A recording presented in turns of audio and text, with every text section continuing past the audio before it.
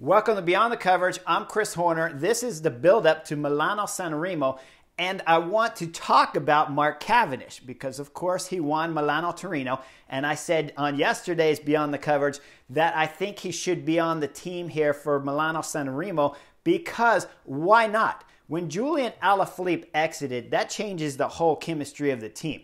You have Julian Alaphilippe in the team, and you're going to play him at the finish, so you need a full team that could support Julian Alaphilippe. And both their sprinters, when you're talking about Fabio Jakobsen and you're talking about Mark Cavendish, both these guys aren't guaranteed to make it over the Cipressa and the Poggio.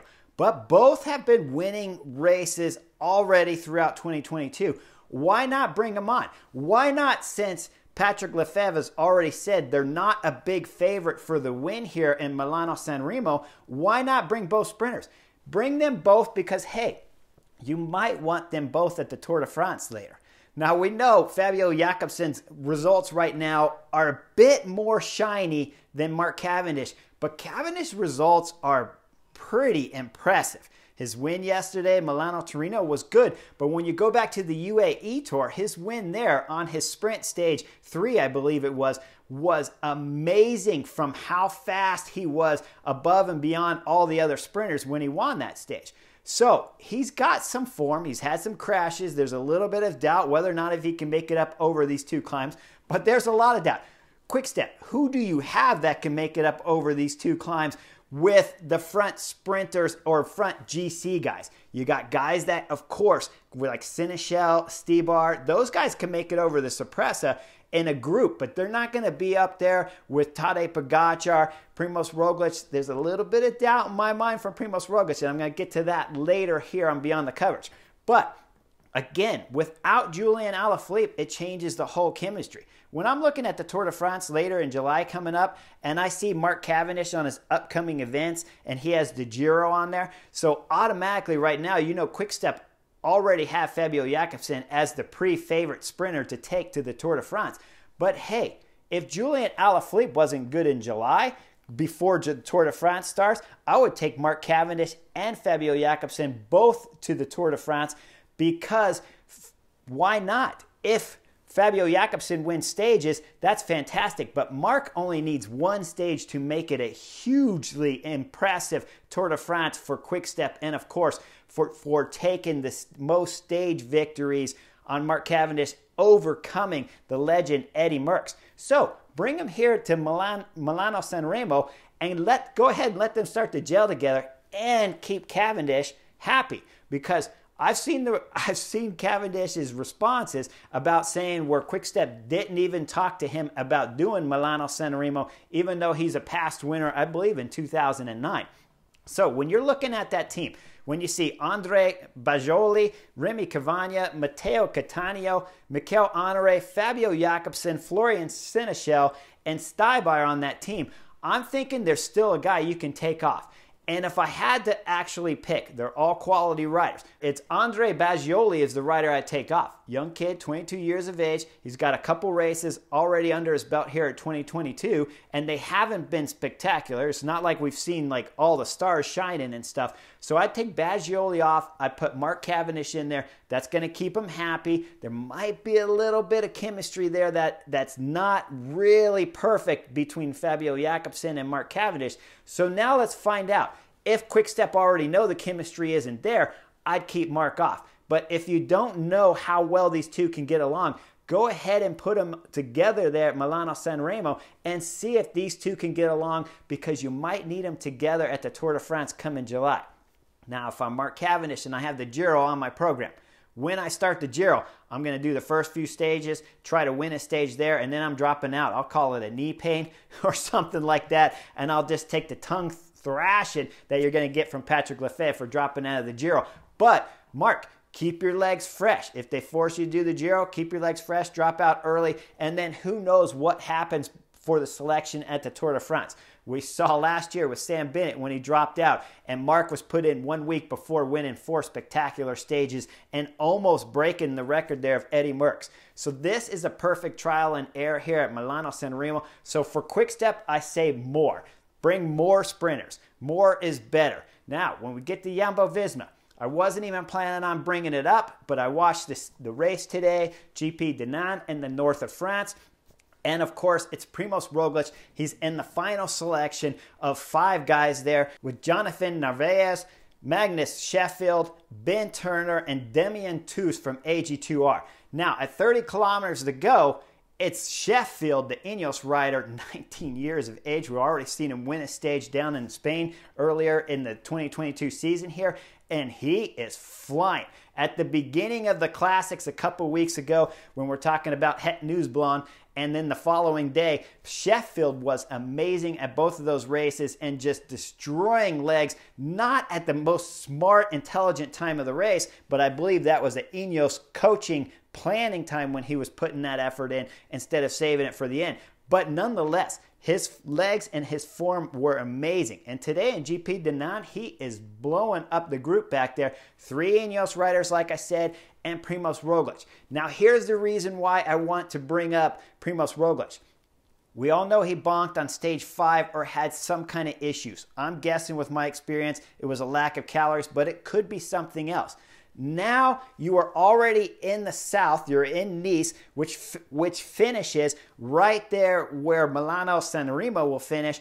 And so it's a perfect place to be. The weather, I looked it up before Beyond the Coverage started. It's in the 60s throughout the whole week. So it was a perfect place to stay if you're Primoz Roglic. Relax at the hotel, get some sleep, sleep in late, have a nice little breakfast, go for an easy training ride, and recover and put some calories in that you depleted on yesterday's stage 8.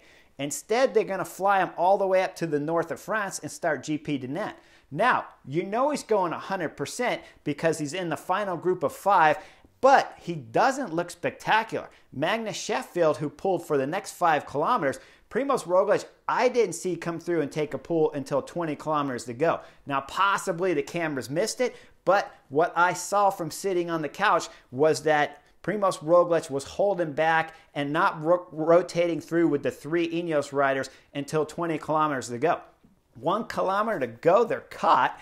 And then Primoz Roglic, again, just never looked spectacular throughout the 20 kilometers when he did start pulling until they were caught with 1K to go. So this tells me that he's probably still feeling some fatigue from those 8 days of racing up in Paris-Nice and from that spectacular meltdown on stage 8 where it took Wout van Aert saving his Paris-Nice lead in order to wrap that stage up with a brilliant Simon Yates soloing up the road.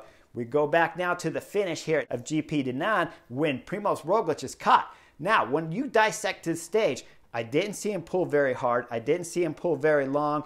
I saw him not pulling until about 20 kilometers to go. Okay, GP Dinan is littered with cobblestones, and that's why Primoz Roglic went up there.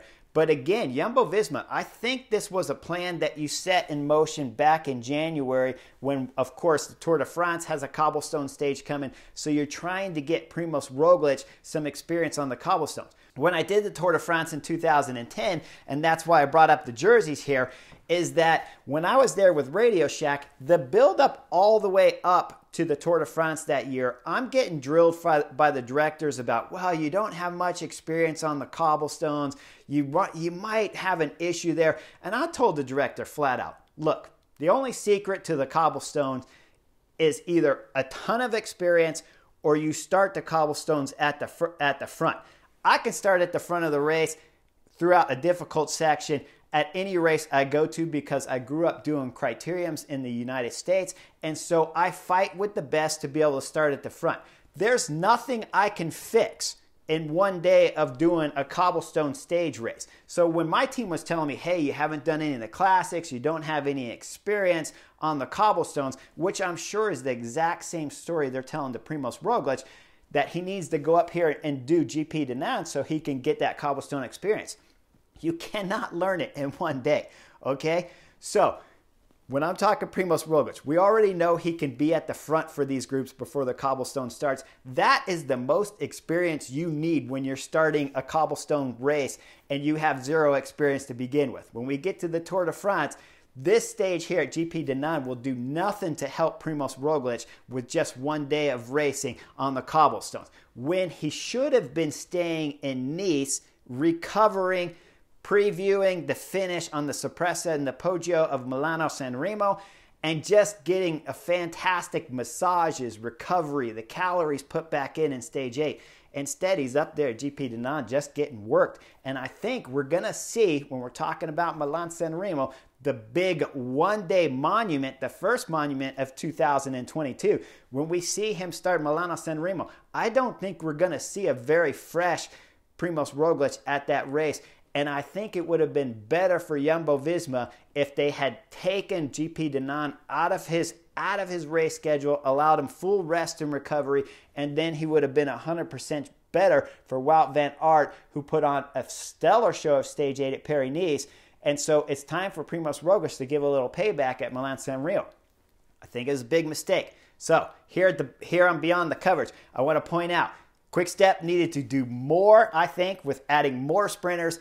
Jumbo-Visma needed less during this week's build-up to Milano Sanremo, with Primoz Roglic skipping GP Dinan. He was good at the front there with the group of 5, but at 206 kilometers, that's over 130 miles, and 50 kilometers of cobblestones with 12 sections of cobblestones, that is going to put some hurt into Primoz Roglic's legs. So keep that in mind when you're watching Jumbo-Visma and we start getting to the Sorpresa.